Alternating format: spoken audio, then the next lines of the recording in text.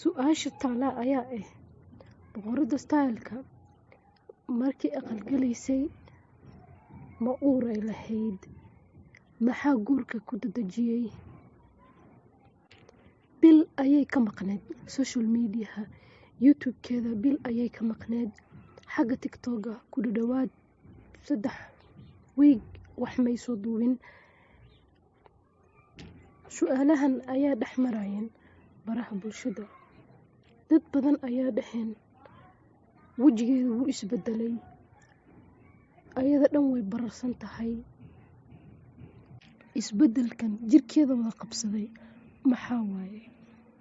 Dad caan ah oo magac leh ayaaba sheegeenba inay uur lahayd. Sifee uurkana loo fahmin guurkan degdega ah imaaday. Soomaali waxay sheegto ma weyso. Saan dhaqan u leenahay dad badana waxaa sameeyaan bisha hore intay guurka gelin ay ana aroosanin waxay sameeyaan way isqurxiyaan oo haddii wareegi jirto gabadha wareegi way iska yareynaysaa, qasilka guriga yaala kareemada guriga yaala ayay isku dhaqaysaa, hadday caatana way isnaaxinaysaa, fitamiino ayay cunaysaa, warcaatinimada way iska dhaafaysaa oo gabadha way isnaaxinaysaa. waa waxaan dhaqan u leenahay weligeedna jiri jirtay. waxaan social media wareeganay oo haddana beenta la abuuraa samiixa iyo gabdhahaas ayaa soo sheegeen oo shahidka aan inay uur ahayd way u sheegtay. dadkan masiirsan waxay sheegaan ma waayaan. miyaa laga maseeray fanaaniinta badan oo kasoo qayb galeen arooskan? waan arki jirnay gabdho magac leh oo youtuber ah aroos galayaan. wax saan loo qarxiyey weli maan arag. dadka markay waayaan waxay kugu jijibiyaan, markay waayaan khalad dhan waxay sameynayaan been ayay magaalada ku geynayaan. waxaa suuqa la qabsiiyey inay uur ahayd ee guurkan degdega u imaado sifay u ceeb qariso.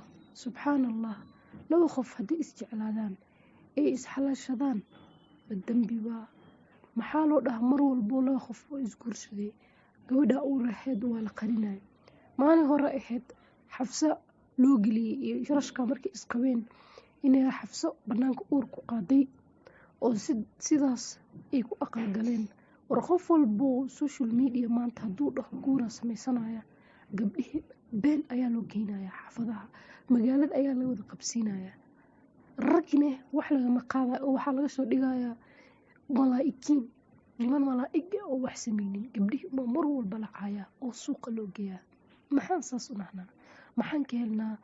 weliba waxaa arkaysaa waxa beentan wado waa gabdhaha. war raggi ma ahoyaa waa gabdhaha ayagiiya beenta faafinaya.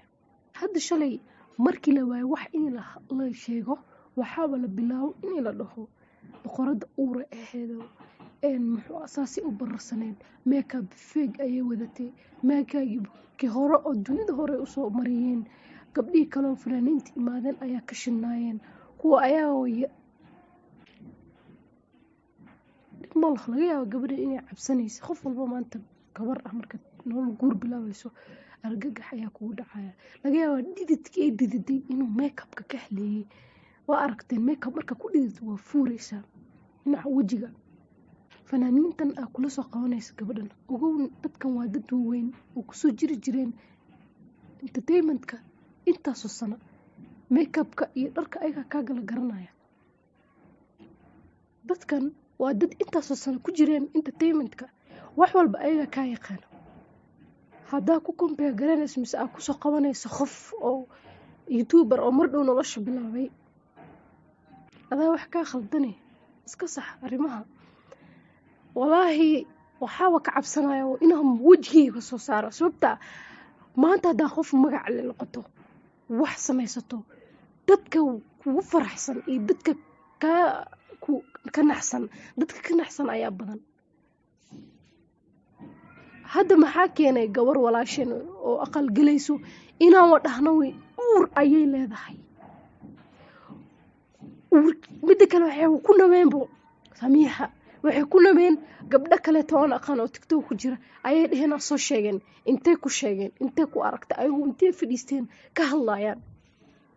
mararka qaar qosol ayaa ku qabanaya markaa ku jirto social media qof aanan aqaanin midda kale dadka si iskaga aaminayaan way bararsaneed saan may u ekeen qof weynay noqotay isla markiiba maxaa isbedelay war miyaan ogeen qofka marka uu guur rabo inuu galo horta stress badanaa qabtaa qofkii stresskaasna laga yaabo inuu cuntada u furmanayso cunaa qofku cayilaa because dadka laba waay dadka qaar stresska way ku cayilaan qaarkoodna way ku xatowaan hadda gabadhan saa u arkaysiin way naasatay bil ana hataa wayaaba jiray maalimahan dambe youtube-ka wax la soo saaraan ee maxaa dhace dadkan way isdiyaarinayn oo ogtahay guur wax ciyaar ma aha haddana magaca leedahay guur yar haddaad samayso adin ka xeer haddaad samaysato magaalada lagu gela waa qudbisaraysato saanay noqoto saan waa inaa isgeejisaa haddaa isgeejisana waxaa lagu gelinaya suuqa wax kaleeto hadda waxaa waay caan waxay ku noqotay gabadh uur waaye saan waay waa la qarinayaa horta uurka wax qarsamo ma aha mida kaleeto dadkan waa dad islaam ah wax sakhajaanimo kuma dhaqanayaan laga yaabo inay isla sheekaystaan oo wax weyn isii dhaafin laakiin qof islaam ah suu waxa u sameynaya wax la sheego ma wala waayo wax la sheego lama waayo dadka qaar oo tageen meewa u tageenbo soo dhaweeshi iyo aroos farxadaas wax u taga ma laho war soo qaad social media ku faafi ceebta iyo laga geenaya gabadha hala iska dhaafo maxaa keenay gawar walaasheen ah inaan ceeb suuqa ka gelino adi ma jeclaan lahayd walaashaada mise adigabo inay buuq lagaa geliyo guurkaada magac lahow magac ha lahaanin maxaa keenay inaa gabadha acaysiin aadhahdiin gabadhaas maqashin hay uurey leedahay goormay dhahda midda kale samiixa goormay ka hadash maalintii ugu horreysay ani muu malini markii hore inay usoo sheegtay ay dhahday hambaliyeysa ma ogeen laakiin dadkii kaleeto oo suuqa u geliyeen